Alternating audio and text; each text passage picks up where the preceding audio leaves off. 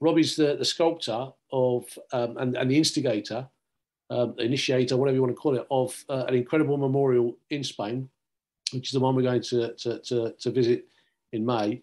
And he's going to tell us a bit about the memorial, perhaps a little bit of background as well to the Spanish Civil War. So, with no more further ado, I'll hand over to Rob. Okay, thanks, Paul. Thanks to the comrades for inviting me over to give you like an update, a bit of background, and a bit of information about what the project's about. I mean, I think it's important though when we're discussing something like the Spanish Civil War, the International Brigades, and the monument and whatever, that we have to start with a little bit of background, a little bit of history, because the method that we've built this monument in is reflective of that history. You know, and we've done it in a particular way. It's not just me in my workshop. There you are, pay me some money, I've made you a monument, you walk by it, oh, it's interesting. We've actually had a very political approach to the actual making of the monument, and there's an important reason for that. And so I want to spend just a little bit of time giving a little bit of background, because the Spanish Civil War erupted in 1936 after the Franco, if you like, led armies, generals, tried to cut across a democratically elected Republican government, and that erupted the Spanish Civil War. But I think we have to understand the context of how that happened. And obviously, we haven't got time tonight to go into loads and loads of history. But I think it's important to understand that working for trade unionists and for socialists, to understand our history is really important. And going back to the very early days of the Charterist movement, of the Paris Commune, of the Russian Revolution, all these events have a serious impact on where we stand today. We don't always realize it. We don't always know all the details. But the truth is, the journey we make as trade unionists and activists comes from the history that's gone beforehand. What's important about the Spanish Civil War was that it was the end of a cycle of revolutions and counter-revolutions that came just before the Second World War, and a period between the wars where there was many opportunities, if you like, to change society. And obviously that happened in the Russian Revolution. We could discuss what happened to that later on. There was the German Revolution, the Austrian Revolution. There was a whole period of revolutions and counter-revolutions. There was the coming to power of Hitler or Mussolini. And I'm purposely compacting that history, because to unpack that in this meeting, we should have a meeting just on that. But I want to give the context, because Spain was, if you like, the last of that cycle, you know, and there was many opportunities in that, in the Spanish Civil War and before, to actually, for the working people and peasants to take control of society. And it's in that context that's important, because obviously we know it was defeated, Franco took power, and history was, you know, the Second World War then came. Many of the Brigadistas were inspired to come in to fight in Spain, yes, because they were socialists, yes, because they were activists, but also they saw it as the, if you like, the way to stop the Second World War coming.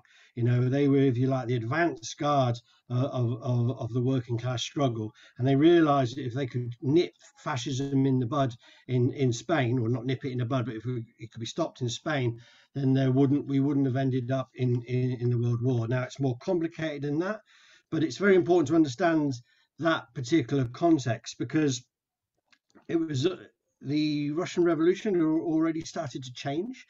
Hitler was in power. And when the Spanish situation erupted, there was, if you like, it became the center of the geopolitical world. The Spanish Civil War itself, I don't think I've got enough time to go any much further into that, but there are massive lessons in that for working class struggle, and ones that we shouldn't quickly rush over now. But I think one of the opportunities is if you're coming to the monument and the inauguration in May, it's a chance to do some reading beforehand. And maybe when I finish, I'll make a few suggestions of some stuff you can read if you're not up to date. There's a lot of stuff out there. So in this context, basically what took place, Franco and the generals tried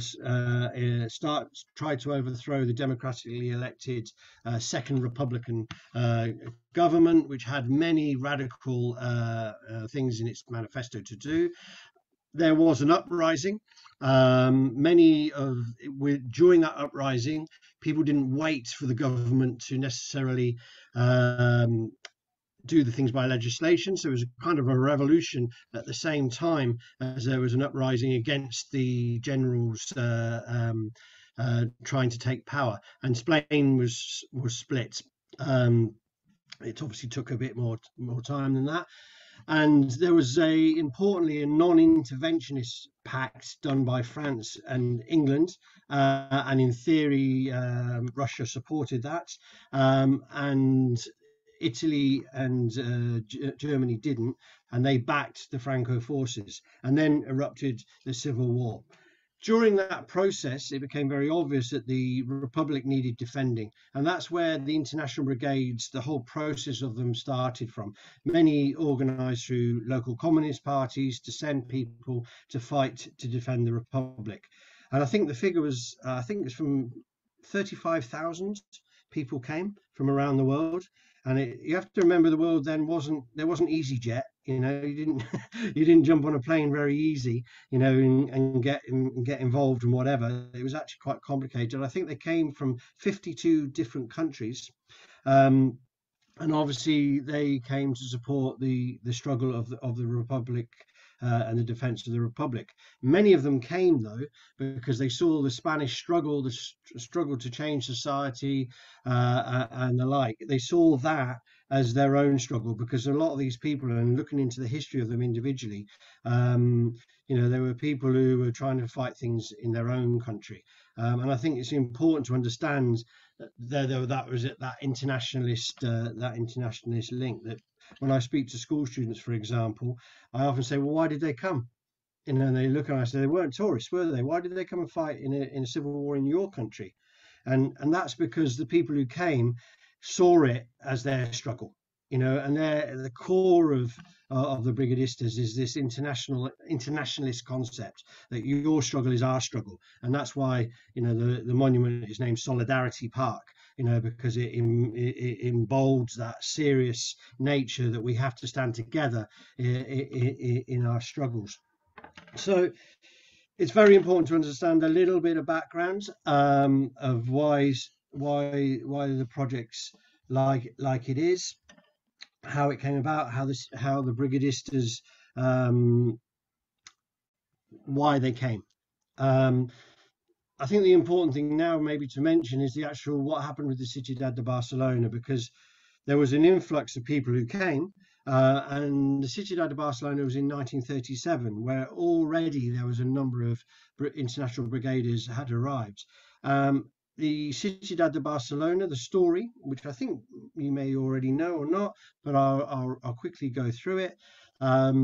It was a ship that was traveling clandestinely from Marseille, actually going to Valencia, and it had on board approximately 300 international brigades. We don't know exactly how many people are on board. There are different figures that go from 200 to 600, but the generalized agreed figure, there was probably 250 to 300 on board. They came from lots of different places. The original log of who was on it was a complete lie.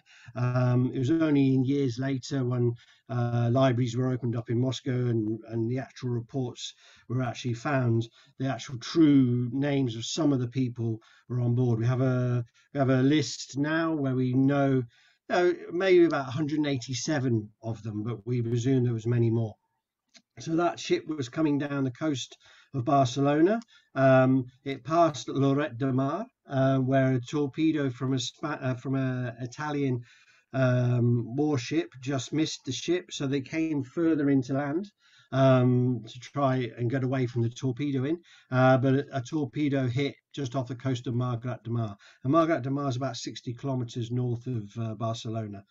What happened then is the ship was hit. one area of the ship was destroyed very quickly. The ship sank very, very quickly, within a number of minutes, I think 6 or 7 minutes. Obviously, a lot of people jumped on board. All those that had been on deck or could get out on boats jumped out into the sea.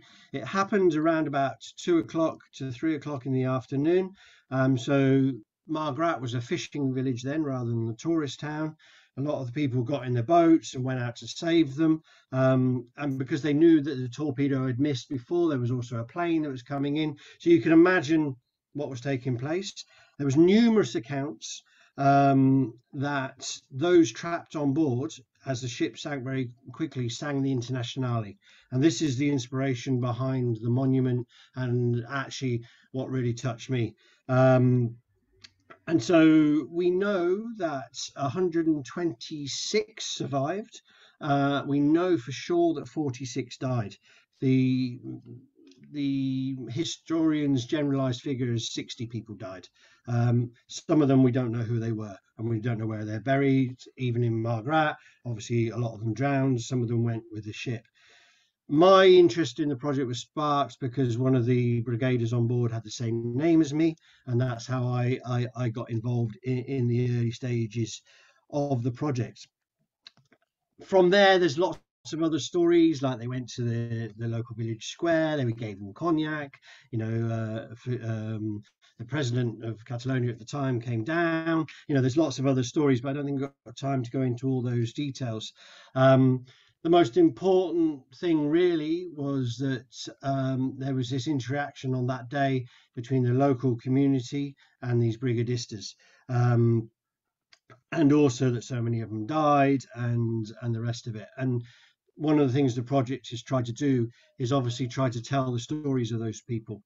So that's a little bit of the historical background. That's the story of the Ciutidad de Barcelona. The other things that I think are important to understand is that obviously there's a lot of interesting things. I mean, the ship came in May the 30th is when it was sank. That was just after the May Day event. In the May days, not May Day, the May days, which was an important change in the situation, which we haven't got time to go in. But if you read Homage to Catalonia, when George Orwell arrives, everything's revolution, and when George Orwell leaves, everything's counter-revolution. And this is what was taking place just as the Ciutidad de Barcelona sank. Just as these people, if you like, swam ashore or just survived the sinking, that the situation on the left, and this is one of the important things of the Spanish Civil War, was really starting to open up between, on the one hand, one side who wanted a more revolutionary approach to fighting fascism, and to those who thought only fighting fascism with an official kind of army was important. There's a lot more behind that, which again is something we could discuss at a more detailed time. But a critical time in the collapse of the Republic.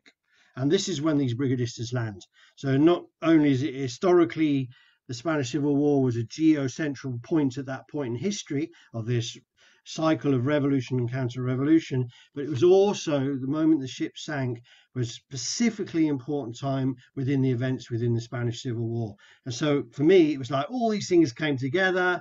I had some guy with my name on. It was like, okay, let's go build a monument. So when I went to Margrat the first time to talk to the historians, I had in mind a little thing like this with a little plinth. And then I got to know the local activists, the local historians, and we started to sort of evolve a little bit, that it should be maybe something more. And what became very important to me then was, obviously I'm English, I'm not from here. I was still learning a lot of things from here. And the important thing is, obviously after the Civil War, Franco got into power. Spain became a closed country with a fascist dictatorship, different flavors from Mussolini and other fascism. That's another discussion as well. But 40 plus years go by and the story in history gets forgotten. Then what takes place is Franco dies. There's revolution opportunities again, and opportunities again to change society, a lot of pressure.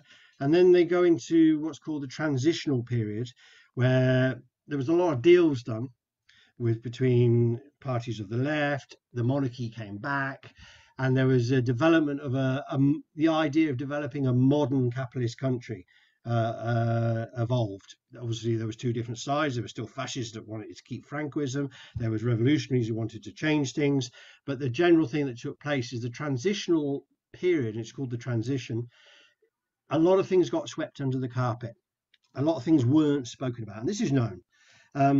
This created, when it came for us to make a monument, a very important issue, that the historical memory is a massive issue here still. It's still huge. Spain, it's only Cambodia that has more unknown graves. They think over 100,000 people are not known where their graves are in the Spanish state. There is a whole hush period where all these things weren't done. There wasn't like in South Africa, what was it called? Memory and when they had to go through. I can't remember. Yeah, you're saying it, but I can't hear you on mute. The truth and reconciliation process. Yeah, there was nothing like that. It was all sort of closed up, And what this created now is that there's so much that's yet to be dealt with, and the fault lines of left and right still exist. They're still reflected in the Spanish Civil War, and so, for example, one left or progressive or more left of centre governments try to bring something forward, the right government stop it. There's a whole lot of antagonism around where Franco himself was buried, in the Valley of the Fallen. He's now been removed from there because it's meant to be a memory of other people. There's a lot of tension. The elections in Madrid, which happened last year, I think they were, or maybe 18 months ago now, was all Spanish Civil War conversations, and you're communists and you're fascists, and so these things are very, very tense here still. The national question, all these things, we haven't got time to go into the modern politics of Spain, but what's important for you to remember is the historical memory has not been dealt with fully, and it is only this generation, now that most of the people have died, that it's starting to be dealt with. And so Solidarity Park is an important one of a number of projects which are trying to trailblaze into turning the historical memory, dealing with the historical memory. So when we came to discuss what sort of project should we do, that's where the idea of having it as a project of participation, a project of education, but also a project of fighting fascism today. All those things were pulled into what the project should be about. So the monument itself is literally a backbone to a wider project. And so the idea about when I was discussing with historians, what should we do? Sonia, who's one of the lead historians, she said, I want it to be a place the community can use. And I was like, how am I going to do this? So it's got a bench where you can look out directly. But we came up with the idea that people would actually help us build it. And more or less, depending on the different aspects of the project. At the moment, there's not many people helping. At the moment, it's a lot of grunt from myself and a couple of people. But actually, for example, the 60 figures that sit on the monument top, and I don't know if you haven't seen a thing, maybe I'll share an image at the end. The 60 figures were paid for by crowdfunding, which your branch contributed to, but also it was built in the street. Not all of them, but over 700 people participated, and obviously Paul did the first chip, which I've got a photograph of, and I know which brigadista it is as well, which I'll point out when you come out. But that was done on purpose to have people to participate, because we took the stone on the street. We took the stone to events. I did a lot in Margrat. I had people coming over. So we had this idea that people would be participating, actually building it. Then the other aspect, which was very important, was the younger generation, how to get them involved in this. And we had a number of teachers that were involved in the project. And we started off with the idea of having me go into schools talking about the project. And then we developed the idea that on the monument there are windows. There's a lot of windows on this ship, the Ciutidad De Barcelona, like portholes. And the idea is that I go into the school, I do this speech, a version of it. I I explain the story of the Brigadistas, and then I tell them, help me tell the world about this story because it's so important, you know. And they go away, they learn the history, they do videos, they do podcasts, and they do various different activities within the school. And one of the activities, one of the main ones, is they go to the art class and they draw a porthole of telling some part of the story. And then what we do is we choose some of those and they'll go on the actual monument. And 2 have been done, and I will have probably 10 blanks, so that the next 10 years we will choose a new one each year. And we have now the whole schools project's really developed over the last couple of years, and we've had about 1,000 students up to this stage involved. And this year I think we've got 7 schools. We've produced a dossier, which is it's called a didactic dossier. I don't know if it's the same in English, but basically it's a dossier that a teacher can take, and she can, or he can, do classes on the subject using the Ciutidad De Barcelona. And I continue to go into schools. I talk about art, I talk about politics, I talk about history, and I say it's my history as well as yours, but you've got to help me tell it. And that way we also give a whole load of skill sets to young people about how to analyze the historical events for themselves. So we've got the school projects as well, the participation that I've talked about, and the other part, which maybe not too much time to go into now. I don't know if you're sending me messages. I can hear them, but I can't see them. Maybe I should put the chat on just in case. Okay, 20 minutes, that's good. Is we've involved hundreds of artists, because my vision, my artistic vision, is obviously the monument, but actually, in truth, my artistic vision is as an activist, because for me, activism and art are the same part of in here. The inspiration that comes to create things is the same inspiration that's frustrated by living in capitalist society, and it's the same one where I can't get paid properly, and my energy of activism is the same energy of my artistic. And over the last 10 years I've merged those 2 things, and so I have a vision of how this all should look, but I also believe that it needs to be a collective vision, and therefore we've involved loads of artists to do different things about the Ciutidad de Barcelona, tell the story from their angle, do paintings, graphics, all this. So this was the other side that we created participation. Where that's led us is to the idea of creating a regular festival. Because now we have a lot of different contacts with different artists, theatre groups. We're connected with a theatre company. You know, the story goes on, and actually I can't remember the amount of people we have connection with in that regard. So the project plan now is not to stop, because fascism hasn't stopped, far right hasn't stopped. Vox I think they've got about 45 or 50 seats in the government. The far right are growing in the Spanish state. The historical memory has not been learned. We are one of a number of projects. So we're using the festival now to continue that participation. And this is an important aspect, because we are using this backbone of the project that's had all this participation involved, and making a call to different organizations and associations to join with us, not under our banner, not under our leadership, but under the festival that we want to create, you know, and in that space to discuss things.